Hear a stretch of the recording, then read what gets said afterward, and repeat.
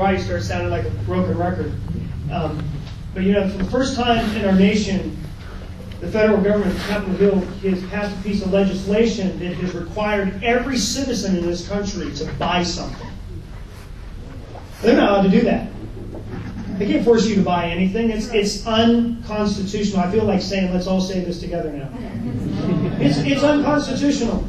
And of course, there are things that need to be done. I believe that the first thing that we're going to have to look to, as I believe our founding fathers began to cry out, and that is we're going to have, first of all, we're going to have to appeal to heaven. I mean, if you're a praying person, I would start praying. We need the Supreme Court to very quickly take a look at aspects of this piece of legislation and make a ruling on whether the federal government has rights, and I believe very strongly that they don't have a lot of the rights that they're taking. And if our Supreme Court does its job, in spite of how hard they're chasing by our president, if they do their job and then they're going to look that bill over, 2,700 pages, and they're going to make a ruling that says you can't, there's a lot of this stuff that you have no right to do. Now, do we have issues that need addressed in this country as far as health care are concerned? I think it would all agree yes. And there are some things that would help those issues. If we allow insurance companies to compete across state lines, we need tort reform.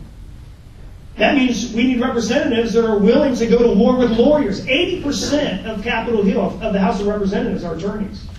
We need people that will go to war with lawyers and say, we've got to put a cap on frivolous lawsuits. Yes, there are occasions when people are negligent and that there should be compensation, but the compensation right now is out of control. I mean, you go into the hospital and have a dangerous procedure done to you, and it's explained to you that a human being is going to do that procedure, and there's no guarantee. And then they end up getting sued anyway, and that's why malpractice is so high. So if we can cap those things, draw down malpractice insurance, then doctors, hospitals, nurses, medical workers, their costs, their fees can be lowered. If we can compete our insurance plans across state lines, and then those things will come down. Just those two things right there would draw down the cost of health insurance and health care in this country.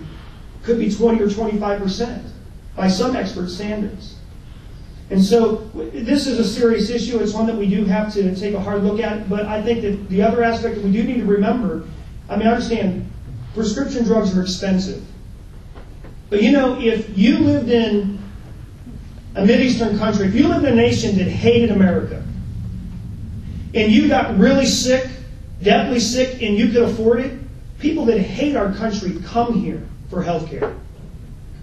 They don't worry about how much they spend. You know why? Because it's the best in the world. And it makes no sense to completely chuck a system that has developed and established the best health care in the world. Is it expensive? Yeah. But you know what? I would rather go bankrupt than to be oppressed by an oversized government. And I speak to you as somebody that has not health. And my wife and I haven't had health insurance for about 10 years. So I'm not sitting here by somebody that has some cushy plan and looking in the eyes and saying, deal with it. We've spent thousands of dollars for health care because of things that have arisen over the past several years. And so I understand the pain. But you know what? Like I said, I would rather go broke, lose everything, than to be oppressed by an oversized government. There's good things that we can do, but they've got to be responsible things. They've got to be common sense things. And they've got to be things that respect and protect the liberties and the freedoms of our country.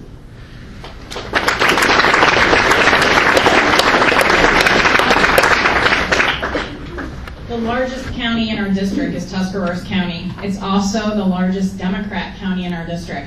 And so their hometown paper, Zach Space's hometown paper, did a poll a week ago. And they said, you know, Zach Space, he voted for health care takeover in committee, and he voted for it on the floor of the House, and then he voted against it when it was the Senate bill. And they said, well, now that he's done that, you know, voted for it, and now voted against it, how would you vote for him? And 55% of the people in his hometown and his home county said, we're going to vote against him.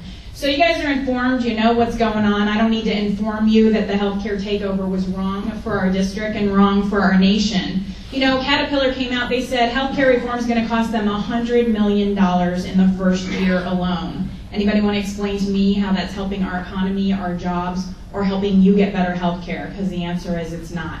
And not only that, but the healthcare reform is based on a failed system. It's based on the system that's in Teddy Kennedy's home state. look into it. It's failing. We need to be looking at systems like they have implemented in Minnesota. You as a consumer, when you go to buy a product, you typically know what you're buying. You're able to shop around, you're able to get the information you need. Only in medical care do we not give the consumer that information. And Minnesota found, not surprisingly, that when you give the consumer the information they need, not only do you drive down costs, but you drive up quality. So we need to have that so that you, the consumer, can be making informed decisions. We need to have interstate commerce. We need to be able to buy our auto insurance and our life insurance and our health insurance across state lines. We need tort reform. And just so you know, not all attorneys are personal injury attorneys. Some of us have never done that, just so you know. But we need to have tort reform. Here in Ohio, we've implemented a gatekeeper function. You have to have a doctor sign an affidavit that there's a factual basis to your medical malpractice suit before you bring it to the courthouse.